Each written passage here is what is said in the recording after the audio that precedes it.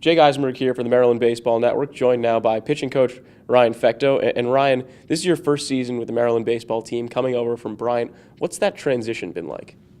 It's actually been pretty easy. The coaching staff here has been great.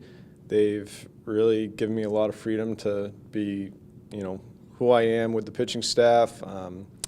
I've kind of just done pretty much what I've done for the last 6 years when I was with Bryant, just kind of carried it over here. And the pitching staff in general has been awesome to work with, been really positive, hardworking group, and there's a lot of talent there too, so that makes it even easier. So it's been a really good experience up to this point. Now, you mentioned the talent, two front-of-the-line rotation guys, and Brian Schaeffer and Taylor Bloom coming back, and both guys with more starts last year than walks. What's it like coming into a situation like that and having that talent at your disposal? I got to watch them firsthand last year, obviously.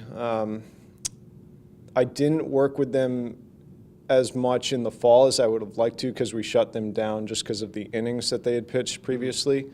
So this winter's been really important for us, just getting to know each other, understanding each other's strengths and weaknesses. So they're two really good pitchers. I think they're two of the better pitchers in the country, to be honest. They're going to give us a chance every Friday and Saturday to go out and compete at a really high level, and I think they'll keep us in the game pretty much every time they take the mound. So it's a nice commodity to have. We're expecting a lot of really big things from those two guys. With the two of them, we know Brian's going to go on Friday and Taylor on Saturday. What went into that decision? Well, Taylor, actually, we had to push him back just because he had a little soreness going on, so it kind of forced the decision anyway. Taylor pitched on Saturday last year. He's a little different type of pitcher, just with the movement, the velocity. So he's kind of a good change of pace guy on Saturday anyway.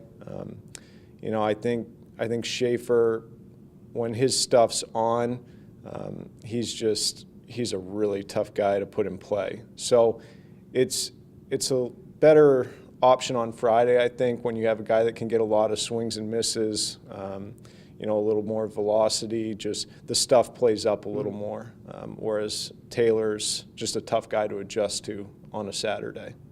Now, the biggest question mark entering this season has been who's going to take the ball on Sundays. The two guys, Hunter Parsons and Tyler Bloom, who's going to take the hill this weekend against Alabama State?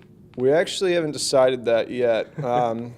We're in a situation where it's a tournament style, so we can actually, kind of make a decision after we have a chance to see some of the other teams, what might be a better option, who might be a better matchup. We're still kind of collecting some report stuff, so we haven't quite made the decision yet. We're going to keep them both on track for that day, and then pretty much whoever doesn't start will probably end up being that piggyback guy anyway. So it's a good situation to be in.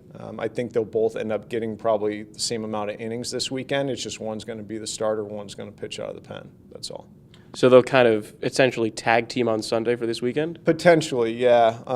Unless, for some reason on Friday, Saturday, we may need extra innings. We may have to use one of those guys, but they'll be available, probably Friday anyway. So they'll get their innings one way or the other. With regards to the two of them, Hunter, a really strong finish to last season and the Cal Ripken League Pitcher of the Year. Tyler getting his first action against collegiate hitters, also in the Ripken League, on the same team as Hunter, in fact, and earning all-star honors. What have you seen out of the two of them growth-wise that has made you kind of say that they're both ready for that position? Well, they were in a similar situation as Schaeffer and Bloom. They didn't pitch throughout the fall just because of the innings workload, so we had those guys shut down. Hunter, I got a chance to go out and watch in the summertime right after I got this job, so I got to see his stuff, and he's got really good stuff. It's just a matter of kind of fine-tuning everything, getting better command of everything. That's all, because the stuff's definitely there. So once he can just kind of improve upon his pitches, the command, the stuff, he's going to go to a whole nother level.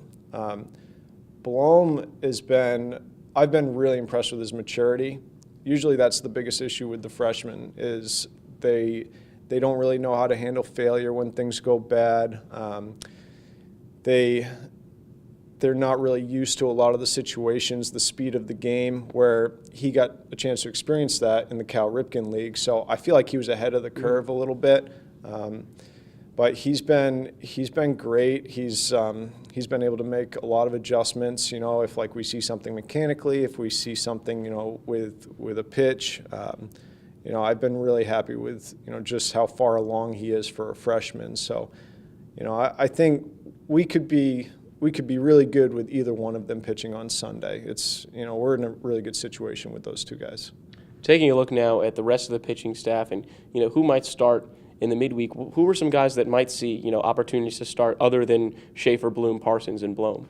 I think Cam Enck has had a really good season. He's coming off a great summer up in the Perfect Game League, and he's kind of carried that over.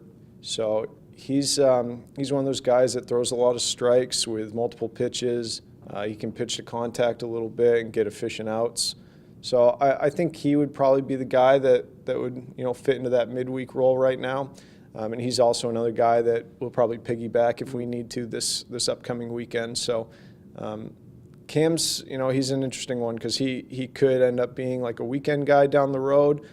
He could be that midweek guy. He could fill in back into the bullpen if needed. So I think he's going to have a pretty valuable part in our pitching staff this year.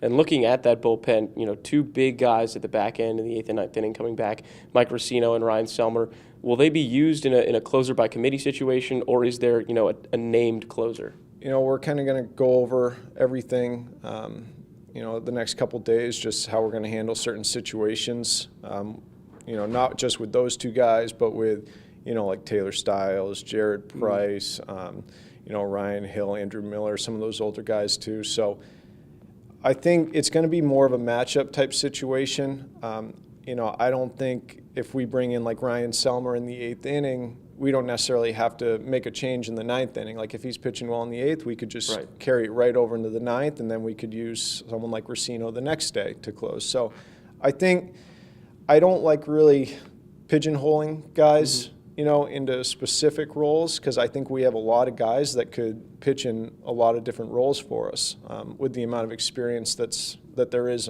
in our bullpen. Like Taylor Stiles had a great winter.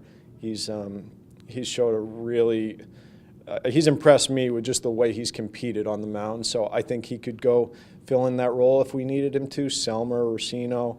Ryan Hill has been great this winter as well, and Jared's stuff is awesome right now. Jared Price has been a really, really good surprise for us. So it's a good situation to be in. We've talked a little bit about Tyler Blome, but who are some other freshmen that might see a good chunk of innings on the hill? It's really tough to say right now. Mike Vistoria, he's still coming along with his rehab from his surgery from last summer, so he's kind of far away. I think the big thing with the freshmen right now is just being able to learn early on in the season. And I've talked to them a lot about, being engaged in the game from, the first couple weeks and just kind of living through the other guys' experiences. And, even though they might not be out there, like they still need to be there mentally. So I think they can learn a lot from our older guys. Our older guys have been great with them and just trying to help them develop.